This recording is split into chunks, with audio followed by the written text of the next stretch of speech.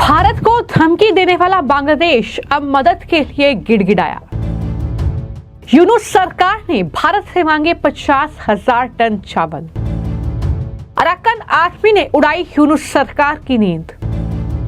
बांग्लादेश सेना और म्यांमार विद्रोहियों के बीच छिड़ी भयंकर जंग। भारत को गीदड़ भभकी देने वाला बांग्लादेश और वहां की नई नवेली सरकार यानी यूनुस सरकार अब घुटनों पर आ चुकी है। इस देश ने भारत से एक ऐसी चीज मांग ली है जिसके बिना उसका गुजारा होना मुश्किल है। जी हाँ, बांग्लादेश भारत को कितने ही नखरे क्यों ना दिखा ले, लेकिन उससे यह भी अच्छे से पता है कि भारत अगर साथ ना दे तो उसका नामो निशान इस धरती से मिट जाएगा।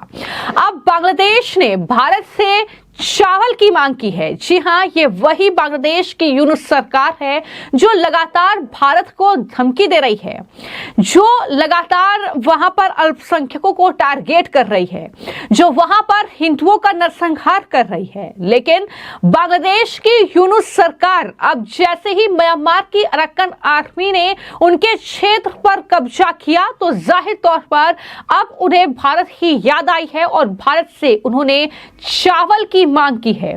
जी हां, यह बड़ी खबर है कि यूनुस सरकार ने अब कहीं ना कहीं भारत के सामने वो गिड़गिड़ाए हैं और उन्होंने रियायती कीमत पर भारत से 50,000 टन चावल की मांग की है।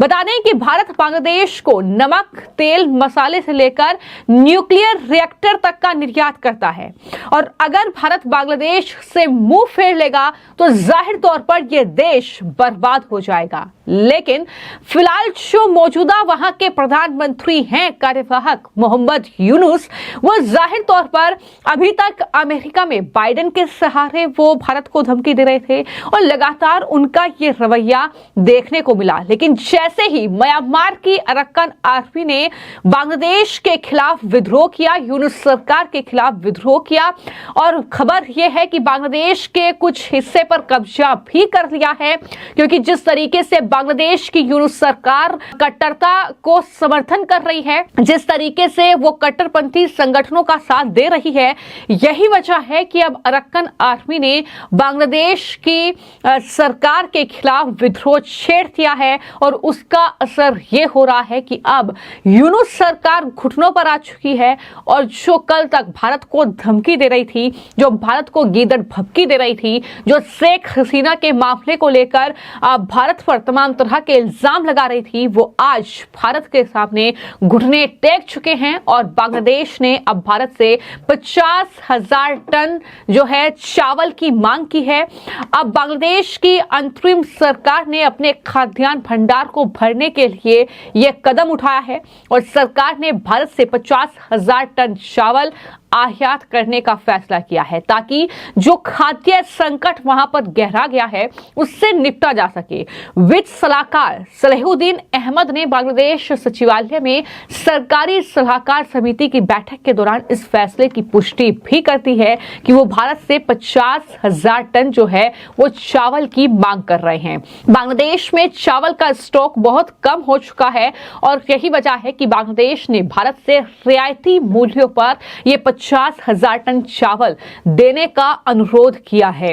यानी जब लगातार भारत के प्रधानमंत्री से लेकर विदेश मंत्री और विदेश के जो अधिकारी हैं विदेश मंत्रालय के, वो लगातार ये अपील कर रहे हैं कि आप वहां पर अल्पसंख्यकों को सुरक्षा मुहैया कराएं, आप उनकी सुरक्षा सुनिश्चित करें, आप इन कट्टरपंथी ताकतों का समर्थन ना करें, इनके खिलाफ कार्रवाई करें।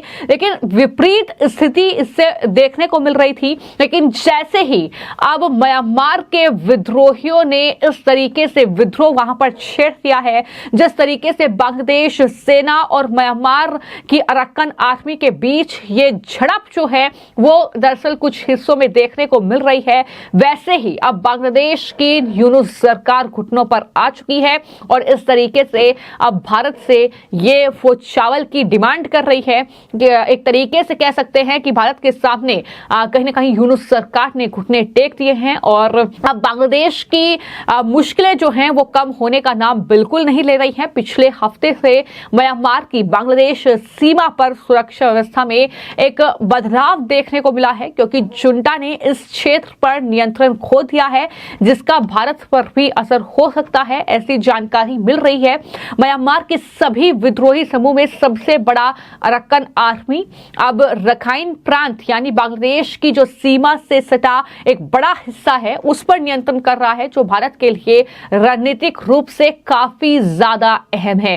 तो कहीं ना कहीं ये चीजें, इसका असर देखने को मिलेगा। जैसा कि मैंने पहले भी जानकारी आपको दी थी कि माना जा रहा है कि ये दरअसल एक जो विद्रोह छिड़ा हुआ है बांग्लादेश की सेना और म्यांमार के जो अरक्कन आर्मी है उसके बीच, वो दरअसल असर भारत पर भी उसका देखने को मिलेगा। और इससे पहले मैंने आपको यह जानकारी दी थी कि किस तरीके से भारत ने म्यांमार की अरक्कन आर्मी को भी मदद की थी, वहां पर भी उन्होंने चावल भेजे थे, और क्योंकि वहां के खाद्यान्न में ये एक अहम हिस्सा है, तो ऐसे में भारत लगातार जो है चावल वहां पर भेजता रहा है। और ये NSA अजीत डोभाल की एक बड़ी रणनीति के तौर पर भी देखने को मिल रहा था, क्योंकि वो चीन पहुंचे हैं और किस तरीके से बीजिंग में उन्होंने मुलाकात की है चीन के जो तमाम अधिकारी हैं उनसे। और ये मुलाकात अपने आप में अहम है, क्योंकि अगर इस तरीके से बांग्लादेश की सीमा पर कब्जा जो है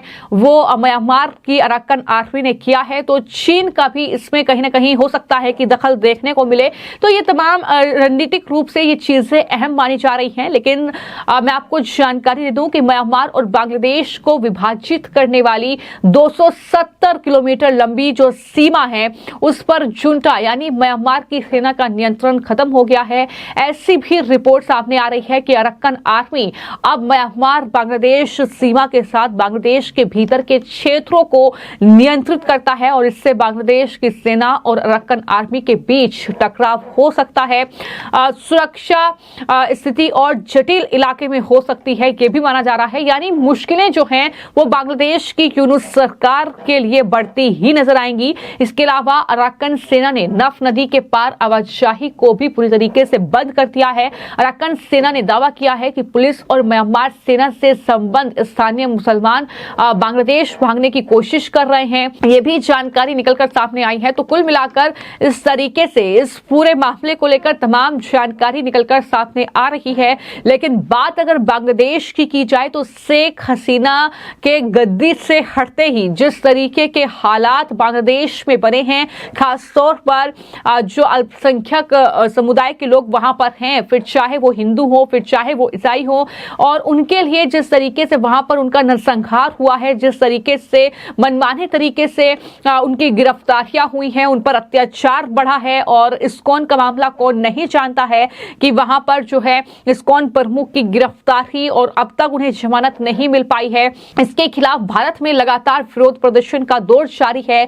लेकिन किस तरीके से बांग्लादेश की जो सरकार है यानी यूनुस सरकार, उसने भारत को आंख दिखाने की बार बार कोशिश की है, बाइडेन के सहारे हो या कनाडा के सहारे हो। लेकिन अब कहीं ना कहीं पूरी तरीके से ऐसा लगता है कि यूनुस जो हैं यानी जो कार्यवाहक प्रधानमंत्री हैं बांग्लादेश के, वो पूरी तरीके से घुटनों पर आ चुके हैं जब से म्यांमार की अरक्कन आर्मी ने उनके क्षेत्र में कब्जा किया है, क्योंकि कहीं ना कहीं वो आर्थिक रूप से भी बांग्लादेश को कमजोर करेगा। और बांग्लादेश, भारत उसकी मदद हमेशा से करता रहा है। जब शेख हसीना बांग्लादेश की प्रधानमंत्री थी तो भारत और बांग्लादेश के रिश्ते जाहिर तौर पर बहुत बेहतर थे, और बांग्लादेश को भारत से कई चीजें भेजी जाती हैं। जैसा कि मैंने बताया कि कई चीजें वहां पर जो है नमक से लेकर चाहे मसाले हो, तमाम चीजें भारत की तरफ से वहां पर भेजी गई।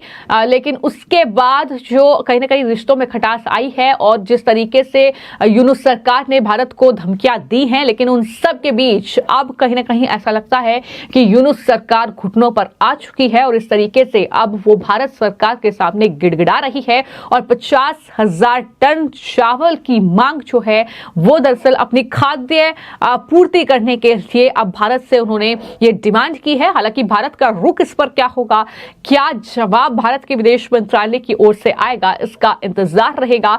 लेकिन फिलहाल आपकी इस पूरे मामले को लेकर क्या राय है, हमें कमेंट बॉक्स में जरूर लिखें। धन्यवाद।